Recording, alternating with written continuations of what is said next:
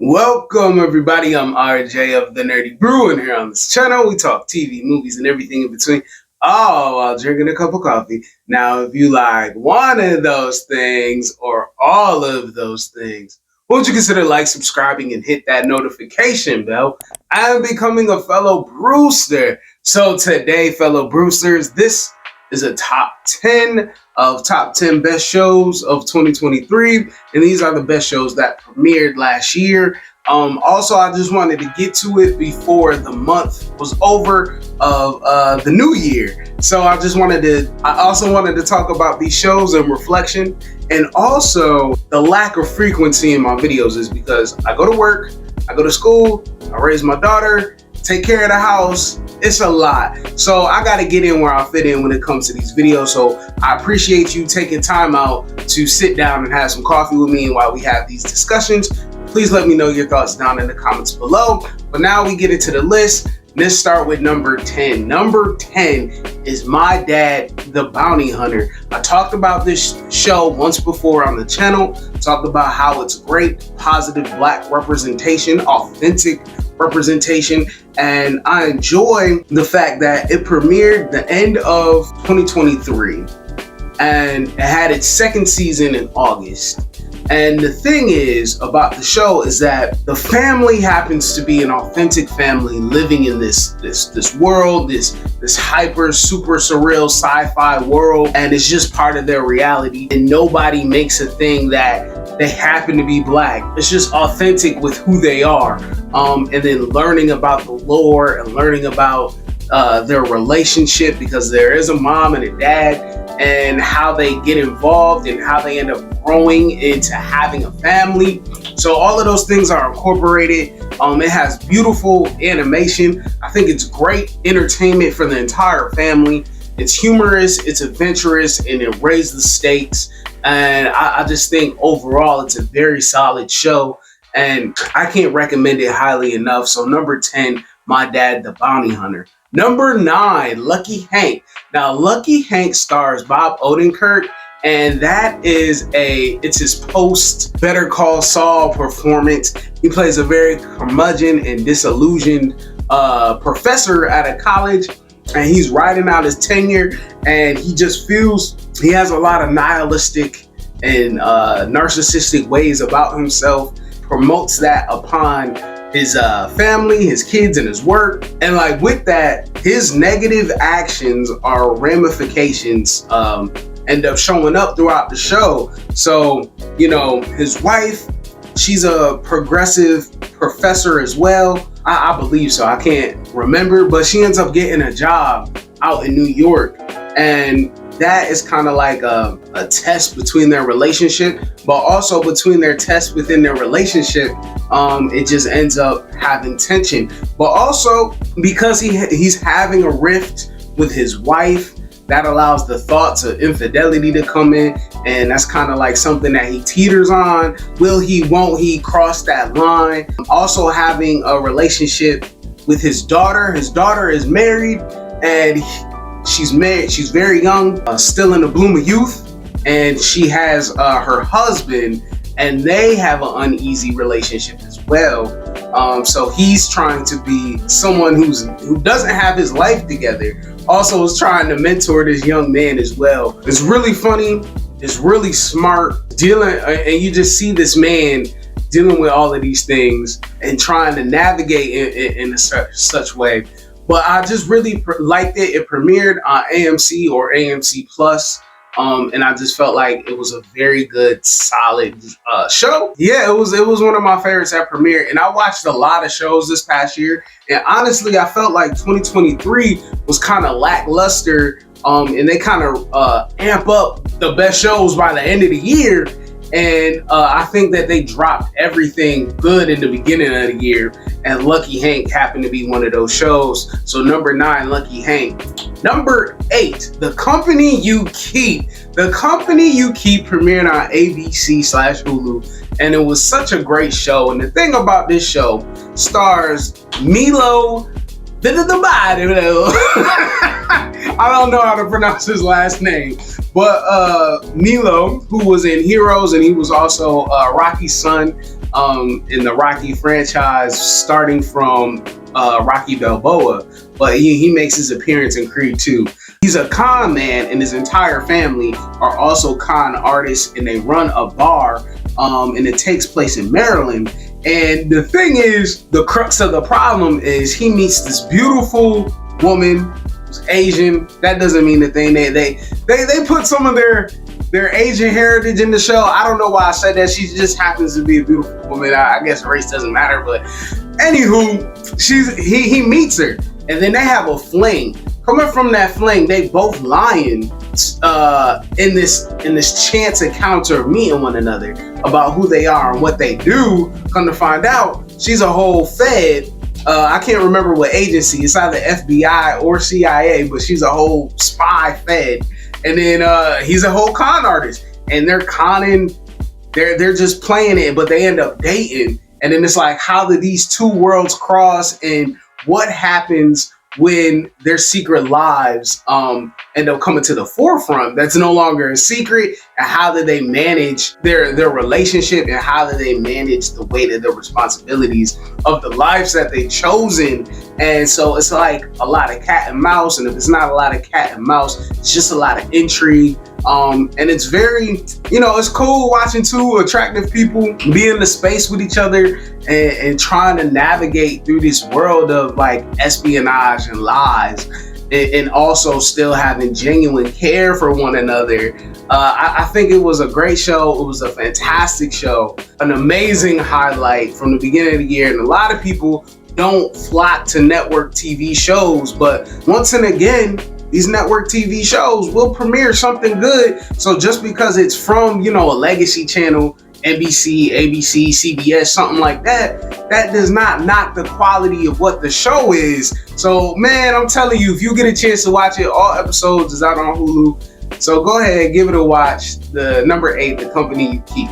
Number 7, Class of '09. Class of '09 premiered on FX, and also it was on Hulu. And the thing about the Class of '09 is about these 4 recruits from the FBI, and it takes place in 3 different time periods. It takes place in 2009 in the past, then it takes place in the near future, then it takes place further along in the future. I'm not going to say the far future, but it's like 2049, I think, that ends up taking place. And then you got Paperboy in the show. Isn't a lack of a father the reason you hate trans people? What? Lack of a father? Man, you and yourself, shut up. Man, here's the thing. Man, it's hard for me to care about this when nobody cares about me as a black human man. You feel me? Like, Caitlyn Jenner is just doing what rich white men been doing since the dawn of time, which is whatever the hell he want. So why should I care? What make him so special? Brian Tyree Henry, he's in the show. You see them being recruits. You see them learning the ropes. You see them, coming along within the agency. But when it goes into the future, it's like ramifications of their actions, of what they did in the past. It was 1 season, and it was just a great thriller. It was a great political thriller, and it was just a fantastic show. And the thing is, when it gets into the far future, it's dealing with AI, it's dealing with surveillance, it's dealing with government intervention, it's dealing with like free will and autonomy, and how much can the government, impose on the citizens. So that's a lot of themes that the show deals with, and dealing with the consequences of good intentions end up having bad actions with negative results, and dealing with the guilt and how to deal with that, and dealing with people who get tied up in the actions that you make. So that's something to consider. That is such a good show. Class of '09 is my number 7. You get a chance, go watch it. Now, number 6 is Mrs. Davis. I gotta take a sip for this one. Okay, so Mrs. Davis takes place in the future. I don't know when, but it's not Blade Runner kind of future, but it's in the future. And Mrs. Davis is an AI program that is integrated with everyone and everything throughout the world. Now, we follow the lead character, who is a nun, and she gets recruited by Mrs. Davis to look for the Holy Grail. And she is a character who is not into the internet she's not into internet or technology because she knows how intrusive Mrs. Davis is. And she also is being a nun, builds her relationship with Jesus and builds her relationship with God. And the reason why I laughed about saying building a relationship with Jesus, because Jesus is in the show, and Jesus is her actual like boyfriend in the show. He's a confidant. Jesus is a confidant for her, trying to navigate what it is. And also they touch on his relationship with God and the Most High too, but it's like blending these elements between the religious and science fiction with comedy elements. And I just felt like it was a really solid show. I felt like it was a good adventure. So yes, number 6, Mrs. Davis. I highly recommend it. And it premiered on Peacock. So if you got it, go watch it, or however else you do your streaming services. Wink, wink. You'll be able to find it.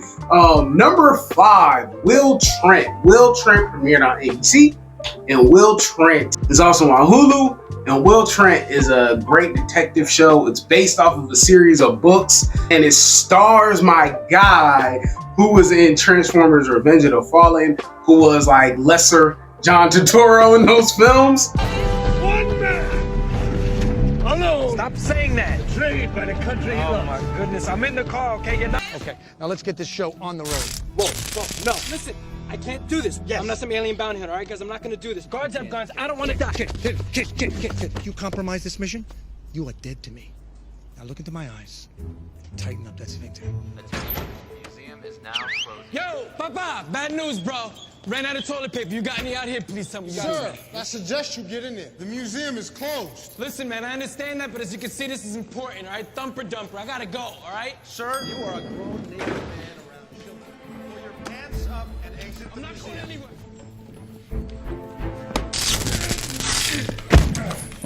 You got that paper, right, sir? You should be embarrassed. It's a family museum, sir.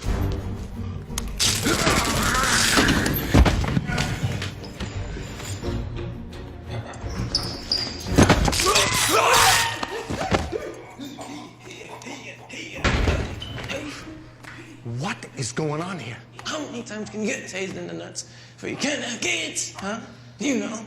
An amateur man, a rank. But in this show, he's a man, fully grown, fully an adult.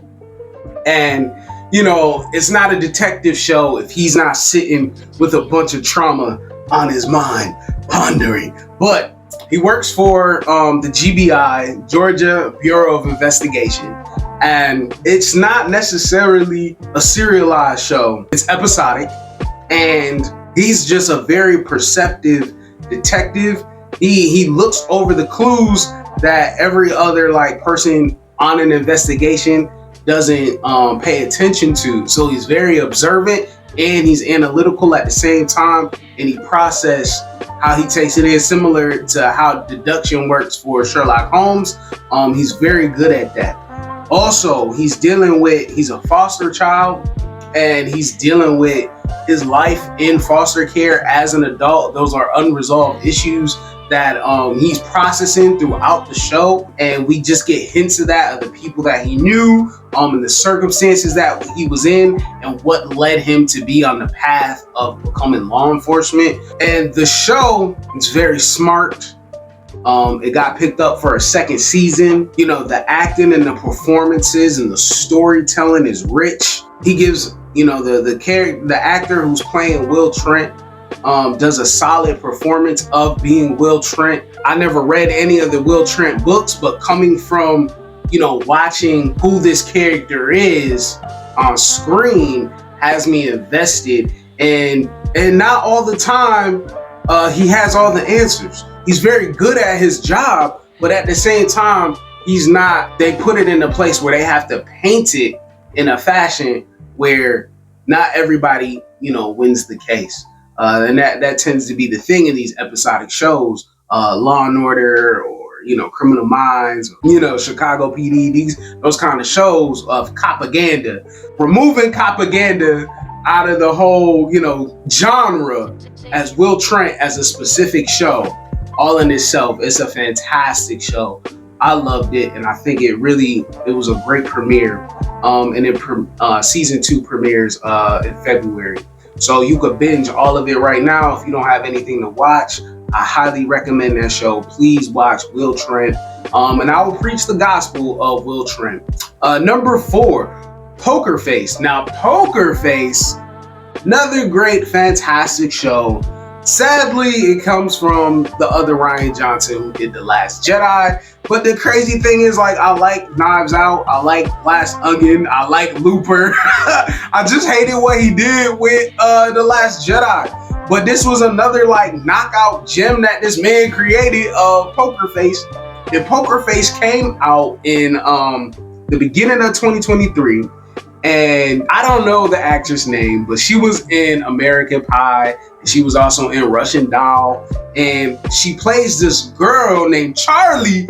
And Charlie has this, it's not her thing, but she's not a detective. She's not a detective or anything. She's not part of law enforcement. She's somebody who can tell when people are lying.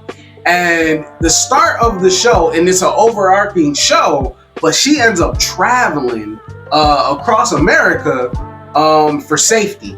So the start of the show, she finds out about a scheme in a casino. She deduces the players within it, and it sees that it ends up being real foul. So since it ends up becoming foul, she ends up becoming a witness. She ends up telling all these people what the drama is. And so then they're all gangsters and bad dudes. The main dude behind the scheme knows that he's busted. The dude behind the scheme, he ends up doing self-deletion. He ends up being the son of a bigger gangster. And so the bigger gangster wants revenge and retribution because of her messing up what the scheme was. So then she goes on the run, and then she finds out different schemes and different attacks of murder, right? So then she's like, man, I got this inclination within myself that I gotta let the truth be known. That's something that she just can't give up. So she finds herself episode after episode after episode in different schemes and different acts of people, being removed off of the board. I got shadow banned from a couple videos ago, so I gotta watch my words because I was speaking real blunt.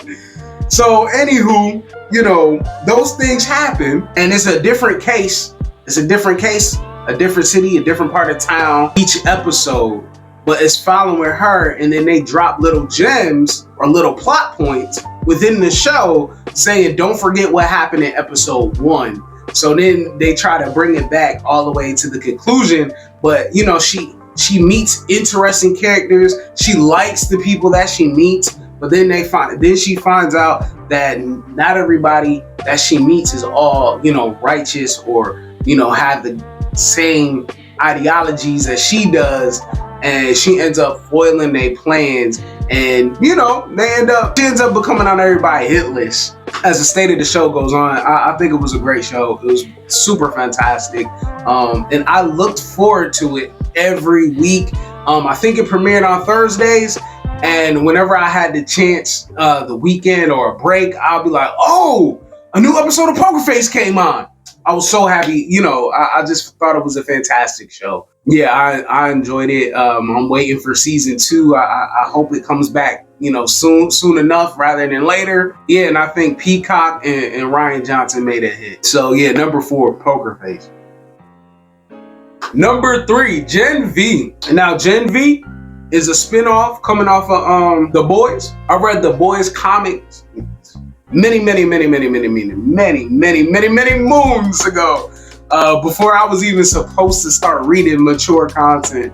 But Gen V, that arc within the comics is a very different arc than what they're doing in the show. And that's why I like the shows of The Boys in Gen V totally, because they're crafting their own narrative with these characters in the show as a foundation. But just as a new introduction into the world of The Boys, growing the world out without following Homelander. I enjoyed seeing these young people get caught up into the the machinations of what's going on within this university that they are. God, you. God, you. And also keeping the stakes and not diluting the show.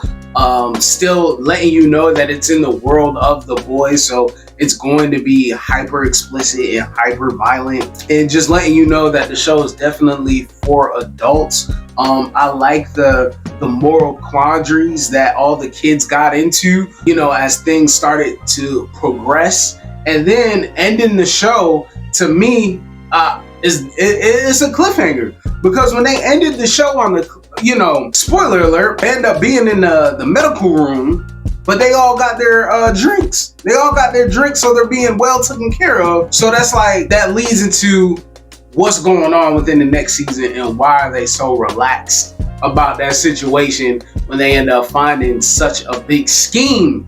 But yeah, I think it was such a fantastic show. I think, you know, following, for me, you know, I stand with people who look like me, so I like who we have as the lead, and I like the story that they're bringing out in it. And Emma and her relationship with the boy who's the skits, and everything about the show, I think it's fantastic. Number 2, I gotta say it, Lawman, Bass Reeves. So Bass Reeves is actually coming out of the world of Yellowstone from Tyler Sheridan. But it's its own show, not taking place in the world of Yellowstone, and it's following the legendary U.S. Marshal Bass Reeves, played brilliantly by David Oyelowo. And the thing is, I love about this show, it takes place in different time periods. You see him from a young man to, you know, the legend, but there's also this case. So you see him being this lawman, but at the same time, he has to deal with the world of the 19th century. He has to deal with the 19th century as, yes, he's this man that's dutiful, this man who is on his mission, but at the same time, he sees the discrepancies and the injustices against people who look like him. So that ends up, you know, weighing on his head and weighing on his mind and heart. Also the performances, the relationship that he has with his daughter, the relationship that he has with his wife, man. And Barry Pepper was the best friend in 7 Pounds. And anytime Barry Pepper is in a movie, medium, Barry Pepper will always elevate it.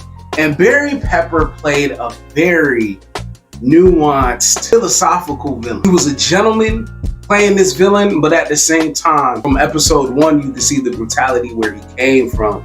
And he has a history with Bass Reeves, and, you know, standing on ceremony and standing on civility, civility,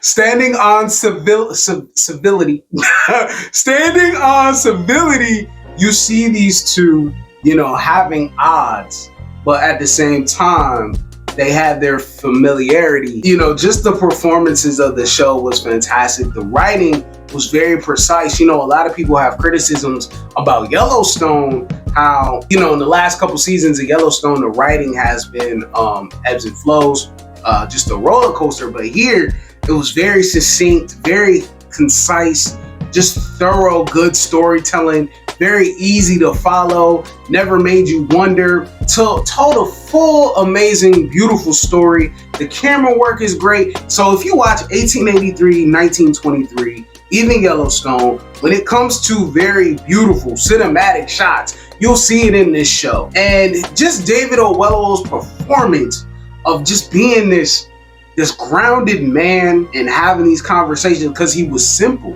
He was simple, but at the same time, he wasn't dumb. And you could just have these, like, you see these conversations that he goes through when he just, you know, chilling after catching somebody. But yeah, there's a lot of things that he had to deal with, and I just really thought that it was an amazing, fantastic show. Number 2 is Lawman Bass Reeves, streamed on Paramount Plus. I hope you go and watch it.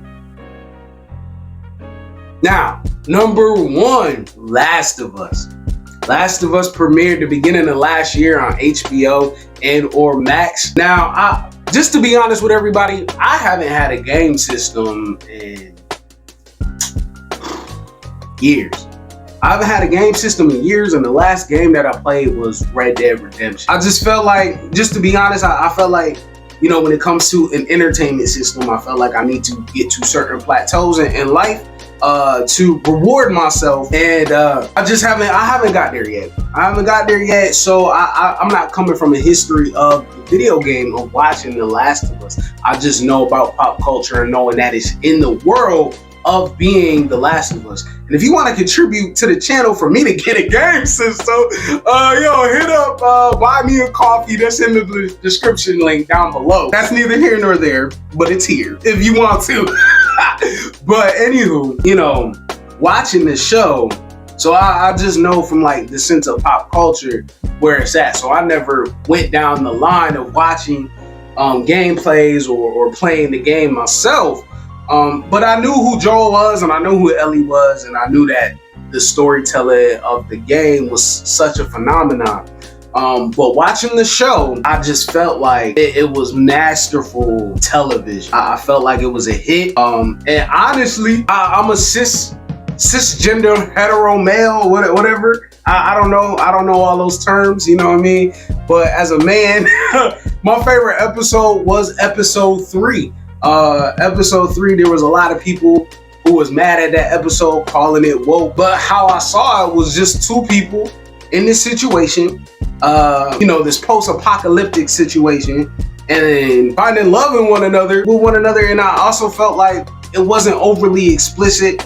It wasn't an episode of shock value. I felt like it was very sincere. I felt like it was very nuanced. I felt like it was very authentic in these people having this attraction for one another.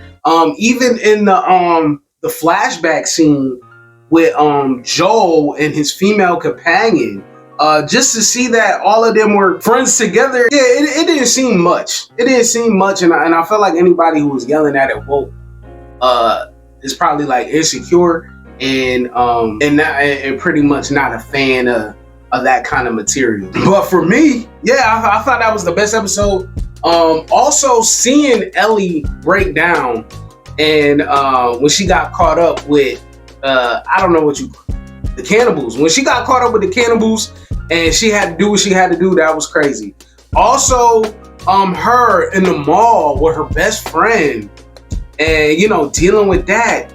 Just dealing with these existential issues and dealing with the mortality of who we are, telling this story evolved around these two people. And what was crazy, I don't know the game, but Joel making his decision at the end, and his decision at the end, he decided to do the needs of the few rather than sacrifice for the needs of the many, which is a hard decision to go by. Yeah, it's a hard decision to go by. And also, having a replacement of something that he lost, and how they painted what they did in the first episode of his loss and him rebuilding that connection and that bond with someone. Bro, it was an amazing show. I really loved it. I think it was the best show that came out last year. Yeah, I think it was the best show that came out last year. It was amazing. It was really amazing. And I felt like, he was very skilled going through the hospital at the end. Very skilled. Bang, bang, bang, bang, bang, bang. Like it's like, for real, but it's for TV. It's for TV. But all in all, I just felt like it was a fantastic show. Yeah, that's my list. So let me know your thoughts of your top 10 shows down below from last year. No, I did not get to the best returning shows of last year. That's another video in itself, and I don't know if I'm gonna get to that. But these are the best shows that premiered to me. So let me know your thoughts of shows that you loved down in the comments below. I would love to hear from you. Helps with the engagement. Please like, share, comment, and subscribe. Do all the things that YouTube has asked. And I forgot to do a positive word, but I always end the videos with a positive word. So be you, do you. See the bigger picture. Have a fantastic day because you deserve it. This is that channel. Peace. Mouth on top, Kung Fu, Bruce Lee chop, moon rocks, go Red Sox, tryna go far like Boondocks. shot, blunt stay high. Talking shit, gotta pull up on they block. You fraud, I'm Couchgod. Nigga got a tax like a state charge. Safe house, safe house, safe house, safe house.